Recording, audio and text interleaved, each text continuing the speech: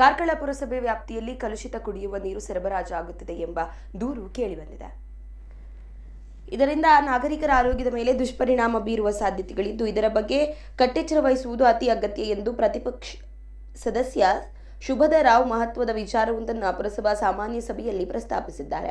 ಪುರಸಭಾ ಅಧ್ಯಕ್ಷೆ ಸುಮಾಕೇಶವ್ ಅಧ್ಯಕ್ಷತೆಯಲ್ಲಿ ಜರುಗಿದ ಸಾಮಾನ್ಯ ಸಭೆಯಲ್ಲಿ ಪುರಸಭಾ ವ್ಯಾಪ್ತಿಗೆ ಕಲುಷಿತ ನೀರು ಸರಬರಾಜಾಗುತ್ತಿರುವ ಕುರಿತು ಮಾತನಾಡಿದ ಶುಭದರಾವ್, ತೆಳ್ಳಾರು ಬಲ್ವಗುಂಡಿಯ ಕಿಂಡಿ ಅಣೆಕಟ್ಟಿನಿಂದ ರಾಮಸಮುದ್ರಕ್ಕೆ ನೀರು ಸರಬರಾಜಾಗುತ್ತಿದ್ದು, ರಾಮಸಮುದ್ರದ ನೀರು ಶುದ್ಧೀಕರಣ ಘಟಕದ ನಿಷ್ಕ್ರಿಯಗೊಂಡು ವರ್ಷವೇ ಕಳೆದಿದ್ದರೂ ಅದರ ಬಗ್ಗೆ ಗಮನ ಹರಿಸಬೇಕಾಗಿದ್ದ ಆಡಳಿತ ವರ್ಗವು ನಿರ್ಲಕ್ಷ್ಯ ತೋರಿ ಜನಸಾಮಾನ್ಯರ ಬದುಕಿನಲ್ಲಿ ಚೆಲ್ಲಾಟವಾಡುತ್ತಿದೆ. ಇದರಿಂದ ಬೆಳ್ಳಾರಿನ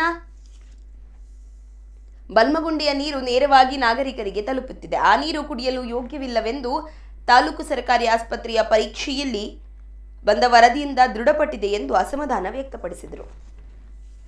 ಕರೆಕ್ಟ್. ಅಂತ ಹೊಂದಾಣಿಕೆ ನಿಮ್ಮಲ್ಲಿ ಇದ್ದರೆ, ಒಂದು ನಿಮಿಷ, ಅಂತ ಹೊಂದಾಣಿಕೆ ನಿಮ್ಮಲ್ಲಿ ಇದ್ದರೆ ನೀವು ಹೋಗುವಾಗ ಹಾಗೆ ಹೇಳ್ಬಾರ್ದಲ್ಲ, ನಮ್ಮ ವಾರ್ಡ್ಗಳಿಗೆ ಬೆಂಕಿ ಹಾಕ್ಬಾರ್ದಲ್ಲ. ಅವರು ನೀವು ನಿಮ್ಮೊಟ್ಟಿಗೆ ಹಾಕಿದವರು ಯಾರಂತ ಗೊತ್ತುಂಟಲ್ಲ, ಅದಕ್ಕೆ ನಾನು ಹೇಳಿದ್ದು. ಹೆಸರು ನಿಮ್ಗೆ ಗೊತ್ತಿಲ್ಲ,